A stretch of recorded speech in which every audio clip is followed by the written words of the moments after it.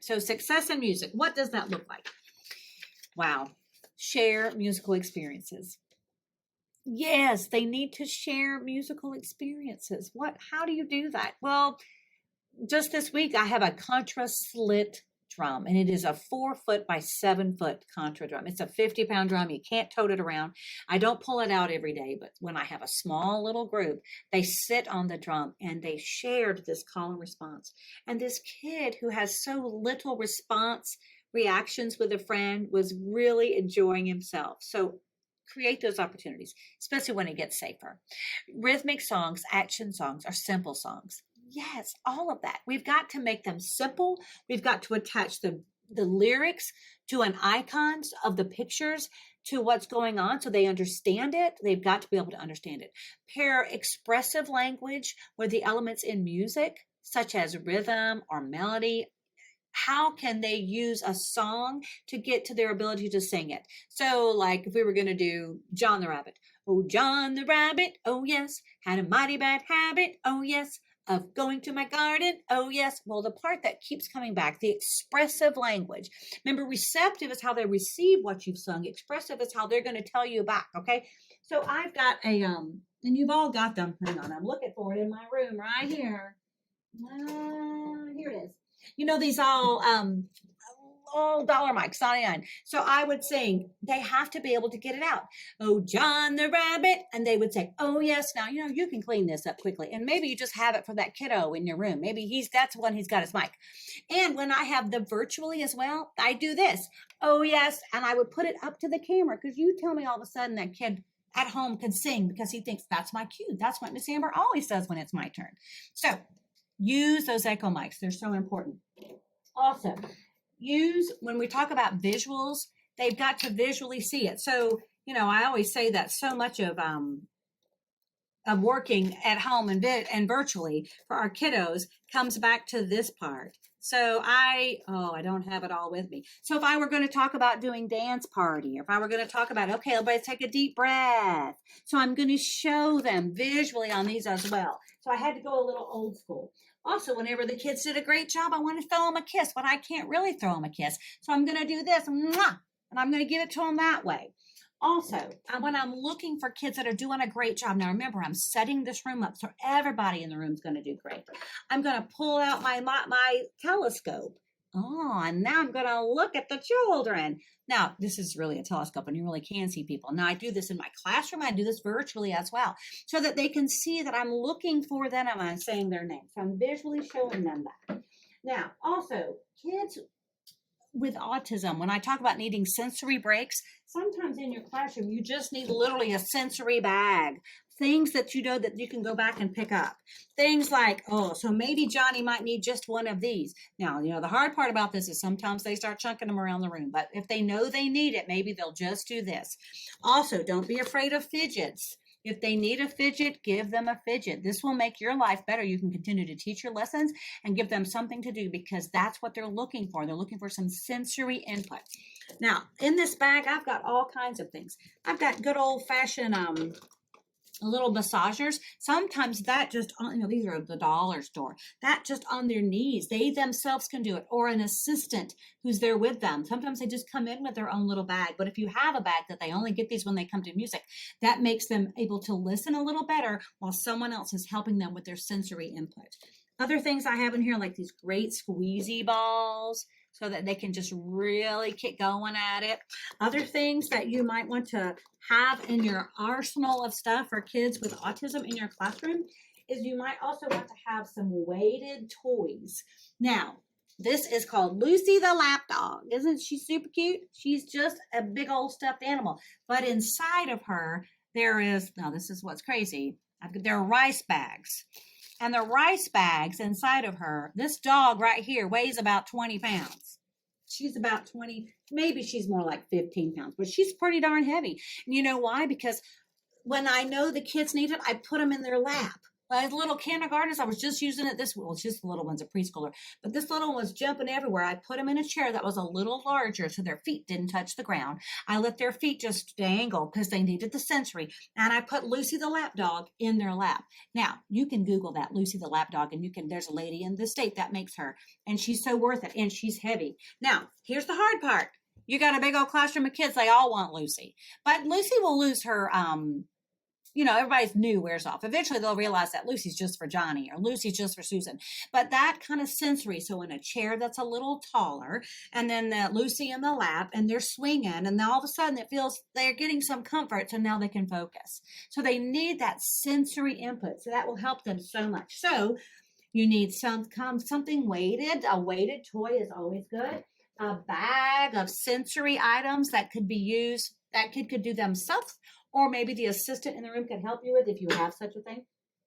If you have online kids, using these types of things so that you can show it to them when you're talking, because the visual is so important. Giving them all kinds of, yeah, you did good. And here's another thing that's so helpful, is that they need, I keep this on a ring. See, we wear this. This is good old fashioned. And these are communication cards, so that when I need the kid and I don't want to say his name quickly, or the assistants have these, and I'm like, okay. And the kid all of a sudden sits. Now, granted, he's not sitting in a desk in my room, but that's what this one has. That one room he was that I had this for. And then he's doing something he shouldn't, and I show him this. Now, there's a ton of them. And you notice I have these like little markers, so that tells me where they are. Quiet. So, and these are on my neck so that I don't have to actually say something to the kid. I can quickly just show him what I want him to show while I keep teaching. Okay. So again, these are called communication cards. Google that as well, and you can find them and print them up. I think Teachers Pay Teachers has those as well. And I just put them on a lanyard so that I have them on my neck when I need them.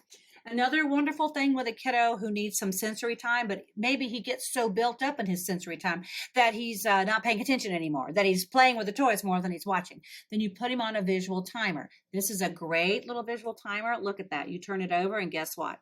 Off it goes. Can you tell what's happening there? So then you just need to Google visual timers, and these are cheap, and then you just have them. So once you set the timer, and when all of this gets all down here, he's got to stop, and he will, because he sees it's coming to an end. So those are very important. Also, our kiddos have the communication, because autism is a communication disorder. So they have a hard time going back and forth. So they might come into your room with these large devices that are like augmentative communication devices. And we're going to talk a little bit more about that when I get to the next disability, but kids with autism have those as well. And we have low-tech devices like picture exchange communication, a PECs, or we have high-tech Dynavoxes where they come in with full-blown boards that they're talking to you with.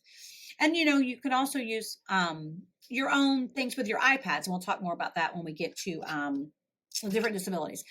Sorry, I'm just going all over the place with you. I've got so many things to teach you. So let's talk about paired expressive language. We did that. Improvisation of expressions. Allow them to do the improvisation. It's so important. Vocal improv. Just yesterday, I was pulling out a slide whistle, and I was trying to get the kids just to emulate the sound, because so many of our kids are nonverbal and they're not talking to me, but I know they're in there. So I've got that slide whistle. Ooh, and now they're kind of and I have them like, now, granted, this was before COVID. This kid, I wasn't having him touch this, but just touching and watching that sound, listening and seeing that whistle come out and come back in. It was fascinating for the kid. The kid was so on target. And everyone else in the room was doing the vocal piece, and he was just watching the slide whistle because that was fascinating to him. Now, vocal warm-up, music and movement. Use recorded music, because remember, not that your singing isn't predictable, but recorded music is predictable because it's a song that will always be that way when you press play. So if you have a song of the month, I highly recommend a song of the month, a dance of the month, so that every time they come into your room, they're like, oh, I got this.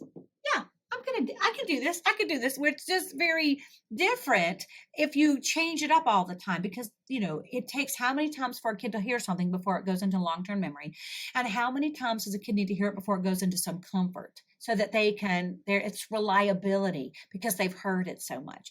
And as music educators, and we know this, we have heard a song so many times that we're kind of sick of it. And kids with disabilities need to hear it so many more times before it becomes comfort and grounding and core to what they need to get into class and do well, which is kind of why we start in music therapy anyway, everything with our hello songs. Now the hello songs could change throughout the year, or they couldn't, or they could change according to who's in front of them. Like there could be like the Miss Amber hello or the intern hello. But it's the hello is a grounding thing. And if we talk about the weather, it's grounding because the weather can change, but that's the same weather song. And we talk about the day of the week. Now that can change, but it's grounding. The kids kind of start to center. So once again, it's got this structure in the setting that makes the kid go, okay, I can handle this. Now, all of this structure is going to help all of the gen ed kids in that room as well. This is just things, these are, once again, universal design. What did I set up at this level that will help at this level? So all of those things, highly important. Group and individual improv, pair adequately, pair appropriately. You know who's going to help one another and who's not so helpful. I wish all kids were kind and generous, but we know our kids. So singing social stories, Google social stories, because social stories are so helpful for our kids with autism who don't understand social skills and social interactions, that having a social story activity in a music intervention is kind of fun for all the kids, but really good for the kid who needs it. Body part songs, yes, we know we all need those, but those kids need them because they need to remember, like if you said, touch your nose, well, we'll be behind a mask now, touch your head or whatever, those things imitation. Imitation is hard and we work a lot on that, which is why I do a lot of signing with kids with autism. I explain that a lot because, autism is a communication disorder, it's a processing disorder. So I need to get any way for this kid to communicate with me. So if he doesn't have a device and he's not using his voice, but he has full use of his motor skills, then I'm going to teach him all the signing so that he knows that if he says this, he needs help. Or if he does this, he wants to stop. Or if he does this, he needs to sit. So or yes, or no, or whatever he has learned so that he can communicate that way. So we do a lot of signing. So don't be afraid of that. When we get to the HI part, we'll talk a little more about signing. Songs for identifying musical instruments, objects, attributes, shapes, colors. Yes, you can use music to cross all the curricular needs. It crosses into math and science and social studies. As a music therapist, I use music to teach all those kinds of skills. And then at the end of the day, I'm also teaching music education to these kids with disabilities. So I've got to make sure that I'm aligning the skill sets when I need them. So that if I'm talking about the artist of the week, because we've got older functioning kids, we've got middle school or high school kids, but they have disabilities, and we're doing a whole genre of these different artists, and we're going to talk about when they were born and when they passed away. Then we're going to do a math project. We're going to do a little math equation on how old was they when they passed away. That's huge. And then we're going to talk about, well, where were they born? Then we're going to go pull out the map and we're going to go find it on the map, because all kids need a little more geography. All kids are kind of struggling with geography.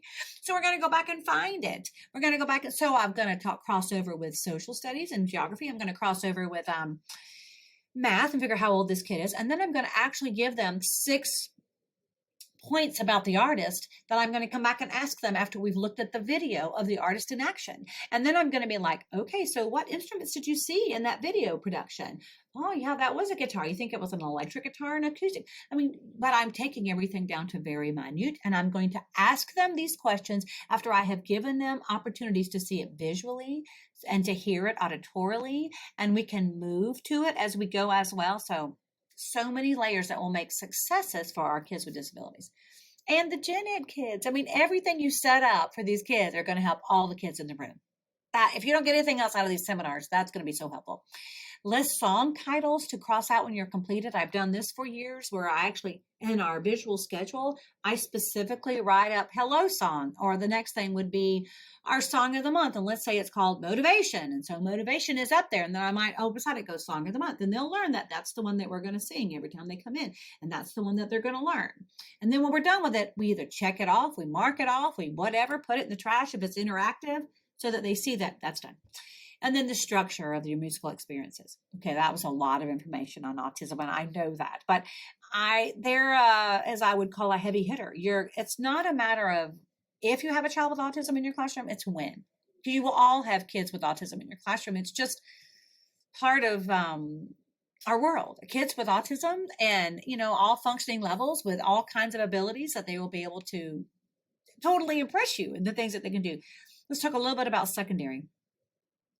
The same in secondary. I know students with autism who choose to sign up for band orchestra course in middle school and then do great and soar through high school and are a part of band programs and marching bands and orchestras and chorus and show choirs, but yet they will always have autism. So they are going to figure out strategies to help them succeed. And you, as their educator, are going to have to figure out as well strategies to help them succeed.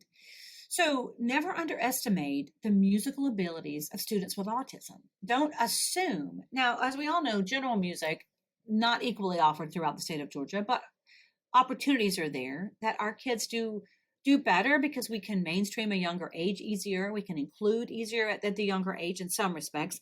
But when these kids get to middle school, their opportunities kind of slow down. They may not have the opportunities to be in the performing organization. So when given the opportunities, as in the secondary world, to have the kids in their self-contained classes or to support these kids better so that they do better. And I could do a whole nother seminar on secondary, but I'll hit that as we go along the way. Okay, so that's a little bit about autism.